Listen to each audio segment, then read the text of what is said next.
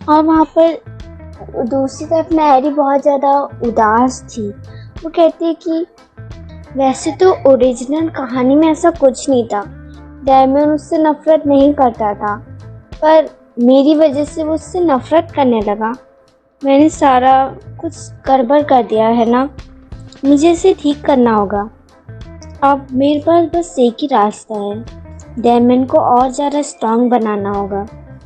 वहाँ एरी डैमियन से कहती है कि डैमियन, मैं आज तुम्हारे फर्स्ट डे में तुम्हारे साथ हूँ, तो अपनी प्रैक्टिस में अपना बेस्ट देना। दूसरे सीन में हमें दिखाया जाता है कि डैमियन अमांडा के सामने लड़ रहा होता है और वो बहुत ही मस्त वाली टक्कर दे रहा होता है अमांडा को। वहाँ पर एरी कहती है कि मुझे पता है कि ली फैमिली ने डैमियन को अपना लिया है, पर बाकी लोगों का क्या? अगर उन्होंने उसे अपनाया नहीं या फिर डैमियन की कोई कमजोरी उन्हें मिल गई तो फिर उसका हाल बहुत ज़्यादा बुरा हो जाएगा। वो उसे नीचा दिखाएंगे और शायद उसके डैड की तरफ से भी। और इसी बीच ना पीछे से बटलर आता है। वो कहती है, ओह लेडी अमांडा, आप यहाँ? अरे मिस एरी, आप भी हो? वहाँ पर वो बटलर से कहती है एरी की तुम यहाँ पर, जहाँ पे वो कहता है कि आज डैमियन सर का पहला दिन था तो मुझे तो यहाँ होना ही चाहिए था, और जब मैं उन्हें देख रहा हूँ ऐसे प्रैक्टिस करते हुए तो मुझे लग रहा है उनकी ट्रेनिंग बहुत ज़्यादा अच्छी जा रही है। जहाँ एरी भी हाँ कहती है और कहती है कि हाँ उसकी ट्रेनिंग अच्छी जा रही है, और देखो अमांडा ने मुझे कितना अच्छा गिफ्ट दिया, यानी बोरोर ने मुझे कितना अच्छा गिफ्ट दिया है। ये ना वो है, ये बो ना उस अजीब से पत्थर टाइप की चीज़ से बनाया गया है, अमांडा ने मुझसे ऐसा कहा था। जहाँ पे वो कहता है ओ हाँ, मेरा मतलब कि ओ अच्छा, तो उन्हें मैजिकल स्टोन मिले हैं क्या उनकी माइंड से? वो ऐसे दिखा रहा था कि प्रिटेंड कर रहा था कि मुझे कुछ नहीं पता इस बारे में, पर हमारी हीरोइन कहती है कि ये थोड़ा, मुझे लगा कि वो हिचकिचाया बोलने से पहले। ये सब क्या चल रहा था और उसके पीछे क्या है, वो क्या छुपा रहा है? मैं तो इसका फेस देख के और भी ज़्यादा क्यूरियस हो रही हूँ। वो बो को लेके आया होता है, वो भी शायद वो प्रैक्टिस कर रहा होता है, और ना तभी एक आवाज़ आती है जोर से। तो ना बटलर और एरी दोनों डैमियन की तरफ देखते हैं, जहाँ पर डैमियन की हालत बुरी होती है, वो थका हुआ होता है। एरी उसके पास जाना चाहती थी डैमियन, पर वो रुक जाती है कुछ सोच के। वहाँ पर बटलर कहता है कि क्या आप उसके पास नहीं जाना चाहती? एरी कहती है कि नहीं, मैं जाना पसंद करूँगी पर मैं नहीं जाऊँगी, क्योंकि हर वक्त मैं उसके साथ नहीं रह सकती हूँ। डैमियन को खुद ही मजबूत होना होगा, और इतना मजबूत होना होगा कि उसके सामने कोई भी खड़ा हो वो जीत जाए अकेले ही। वहाँ पर ये सोच रहा होता है कि ये तो एक बिल्कुल जख्मी नाइट की तरह मुझ पे बिना सोचे समझे हमला कर रहा है, और तभी डैमियन पलक झपकते ही उसके पास जाके उस पर हमला करता है। पर अमांडा ऑफकोर्स उसे डिफेंड कर लेता है, रोक लेता है, क्योंकि उसे तजुर्बा बहुत ज़्यादा है। वो वहाँ सोचता है कि मेरे आने से पहले तो इसने मेरी नाइट्स के साथ ट्रेनिंग की थी ना, अब जब मैं उनकी हालत देख रहा हूँ तो मुझे लग रहा है कि ये बिल्कुल भी आसान ट्रेनिंग नहीं थी, पर फिर भी इस बच्चे पे इतनी ताकत है कि वो मेरा सामना करने के लिए अपनी स्वॉर्ड उठा के खड़ा है। और डैमियन गिर जाता है उसकी एक बार से। अमांडा वहाँ कहता है खड़े हो जाओ, अभी ट्रेनिंग ख़त्म नहीं हुई है।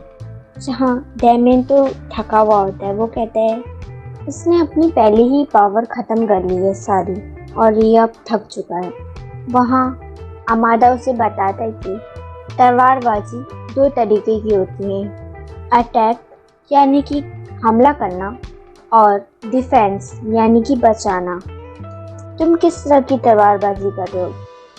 जहाँ तक मैंने तुम्हें देखा है तुम अटैक कर रहे हो, और वो काफ़ी अच्छी भी है, पर इतनी भी अच्छी नहीं है। तुम्हें और मेहनत की ज़रूरत है। और डिफेंस की बात की जाए तो तुम अभी भी किसी चीज़ को बचाने के लायक नहीं हो।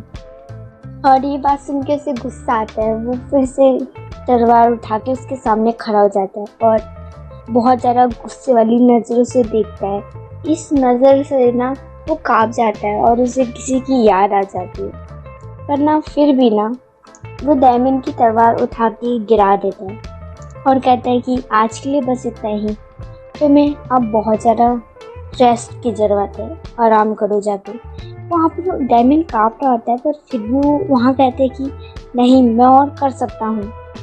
पर वो कहता है कि देखो डायमंड, तुम थके हुए हो, ये साफ साफ कोई देख सकता है। अगर तुम्हारे दुश्मन को तुम्हारी कमज़ोरी पता चल गई तो ये तुम्हारे लिए सही नहीं होगा लॉर्ड ड्यूक।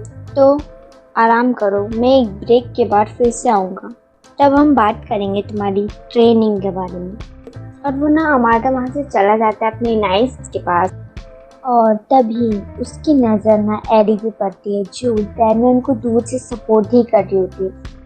वो वहाँ पर एक स्माइल करता है और कहता है कि अब जब मैं देख रहा हूँ तो मुझे पता चल रहा है कि ड्यूक ली इसे यहाँ क्यों लेके आए हैं।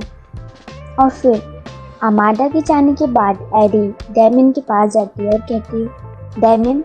और डायमंड ना वहाँ पर बहुत ही ज़्यादा उदास दिख रहा होता है। एडी वहाँ सोचती है कि डायमंड को मैंने कभी भी ऐसा नहीं देखा। वो क्या अमादा से बहुत ज़्यादा गुस्सा हो गया है। और ना डायमंड ना वहाँ पर बाकी लोगों की तरफ देख रहा होता है और वो वहाँ कहता है एडी से, एडी मुझे बहुत ज़्यादा हार्ड ट्रेनिंग करनी होगी ताकि मैं स्ट्रॉन्ग बन सकूँ, मुझे स्ट्रॉन्ग बनना है।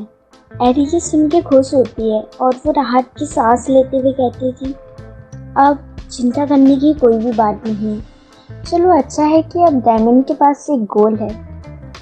और वहाँ पर वो डायमंड का पसीना साफ करते हुए कहती है कि तुम पहले से ही बहुत ज़्यादा स्ट्रॉन्ग हो डायमंड। जहाँ डायमंड कहता है नहीं, मुझे उस पर्सन की रक्षा करनी है जो मेरे लिए बहुत ज़्यादा इम्पोर्टेंट है, पर अभी मैं ऐसा नहीं कर सकता हूँ क्योंकि मैं कमज़ोर हूँ। और वहाँ पर एडी कहती है मन में कि अरे ये लाइन मैंने सुनी है, मुझे लगता है ये लाइन डायमंड ने असली हीरोइन के बारे में कही थी, है ना, पर ये अभी क्यों कह रहा है। एडी वहाँ उससे कहती है तो तुम्हें अब से ना बहुत ज़्यादा राइस खाना चाहिए। जहाँ पे डायमंड कहता है कि राइस और इसका क्या मतलब है, इसका कोई भी संबंध है क्या। जहाँ वो कहती है हाँ बिल्कुल, अगर ना तुम राइस खाओगे रोजाना तो ना तुम 17 से 1 तक के कितने भी बंदूक के साथ फाइट कर सकते हो। जहाँ पे एडी ना खुद के पास के बारे में सोच रही होती है और तभी एक आवाज़ आती है, मिस एडी और यंग मास्टर।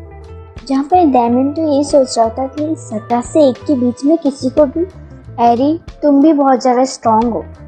और हाँ, आप सबके लिए मेरे पास एक सवाल है, बस एक, कि आप मेरी वीडियो कब देखना चाहते हो, सुबह दोपहर पे या फिर शाम को, मुझे कमेंट करके बताना, ठीक है। तब तक के लिए सी यू टू नेक्स्ट वीडियो।